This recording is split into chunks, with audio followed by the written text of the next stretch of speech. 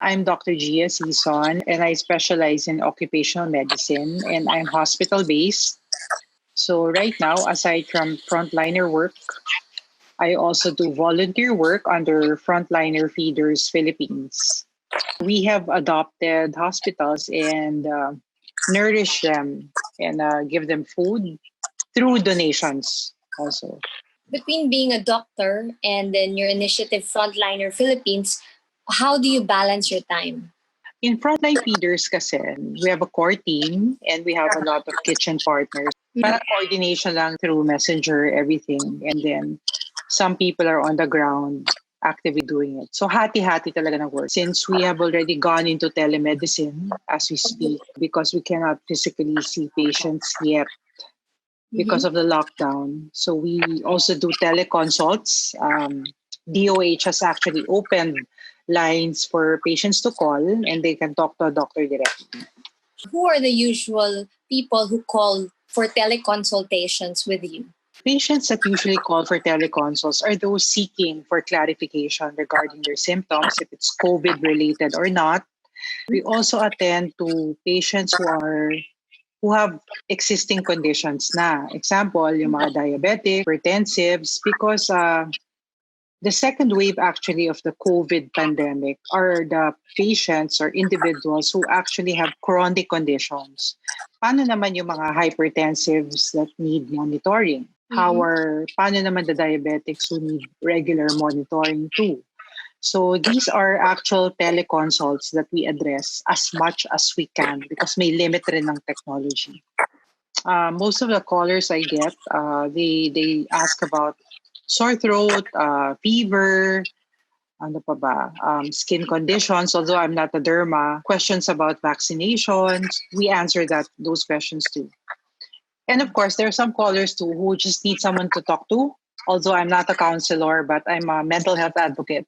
So I do what I can to help them naman.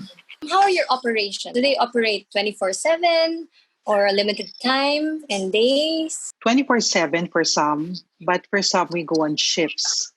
And in one platform, we're only till 12 midnight. Kasi we start at 8 a.m. Then we end at 12 midnight. So parang ganon.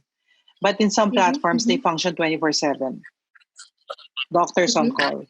What are the difficulties that your group is currently facing right now? Number one is we don't see the patient. Personally, on another platform, I see the patient. But there are challenges in terms of connectivity kasi. So it's highly reliant sa internet.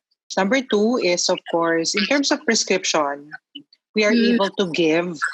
But ang problem rin naman, because I had a caller as far as Quezon province, wala yung gamot na that he needed. So I just had to work on what was available. And of course, limitation kasi walang bukas na laboratory as we speak. Even simple blood test, we really have to calculate where to refer. And as an expert, what do you think about COVID-19? How will this end? Okay. Okay. Matagal pa to. It's gonna be a long time because developing the vaccine, mabilis na ang 2 years. It's gonna be a long and tough journey. Pero there are already promising medicines for COVID. But for now, wala pa talagang yung eksakto. Like, example, if you have fever, we take paracetamol. Sa COVID, wala pang gamot. And the only way to stop this is through a vaccine and of course, an effective medicine.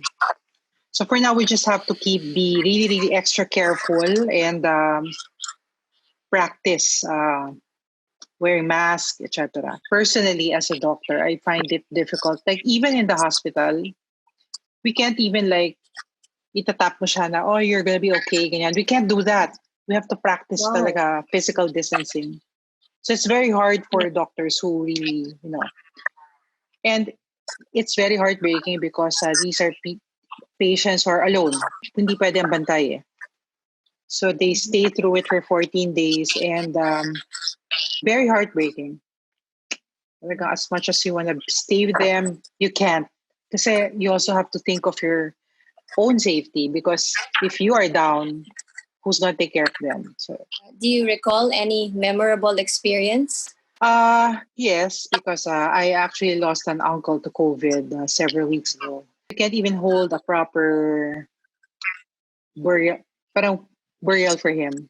It just had to go fast. Kasi under the rules kasi, within 12 hours, the body has to be cremated. But of course, we did the best that we can through online mass, etc. But iba pa rin kasi when you have family physically with you, and Yes. that's not going to happen. Hugs are hugs are just going to be a memory for now. So we just have to find consolation in talking, trying to vent. That's why another thing that I do are webinars also regarding mental health and how to maintain it. So that's something talaga that I have invested together with a colleague of mine, Dr. Raymond Nagit. We do that just to talk to companies, talk to people who are really how to survive, to give them tips, because wala naman Bible on, oh, you do this, you do that, ganyan. So we all experience intense emotions on different levels. Moving forward, we want to make something public so that the others naman that need it will be able to listen to it, and we can do our own small part, no, in being able to address it. I have a podcast too, together with two of my friends. That's Wal Sesh. So we are on Spotify and Apple. So every Saturday we go live on Facebook and YouTube. So with that platform, we also help people like answer love questions, life questions. Yung in lieu of a wal session physically, we simulate that. So a big help siya. I mean, I'd like to think that it's really a big help. What is your message to fellow doctors, frontliners out there? And second, the citizens who, like you, have lost a loved one or are going through COVID-19 symptoms? For me, from a doctor and from a frontliner's perspective, you just have to hang on, laban lang, and please don't forget safety first. No, we're not born to be superheroes. Sana we were born to be superheroes, but we're not there. And you just have to take each day one at a time. And we can also help in a lot of ways. We have to be open to new methods of, seeing patients. And for those with COVID, you just have to hang on. You will get better. I will always tell that to patients. And having had survived cancer 7 years ago, it's really very close to me. Although it's unrelated to COVID, but the isolation can be real. Please know that you're not alone and that we are rooting for you. Sabi nga, social distancing doesn't have to be about isolation. It all the more that you have to connect. And we're here for you. Practice what we tell you. I know it's very hard to be apart from your relatives and from family, but that's the only way for you to be back together again. The virus is acting in a different way. It's a brand new virus. It's not like the flu. This talaga entails isolation. So we just need to practice extra patience. And again, the assurance of things will get better. I couldn't give a date for that, but definitely let's not lose hope then that things will get better. Just like anything in this world, nothing is permanent. I have a last request, please. If you send us, COVID Diaries, a message. To the people behind COVID Diaries, thank you for being there, most especially during these times of need. You guys, you take care of yourselves too, because we can't afford to lose everyone. And please know that you're helping a lot of people. We need more people like you to multiply, not the virus, but more people like you. So keep doing what you're doing. Just keep going, and this too shall pass.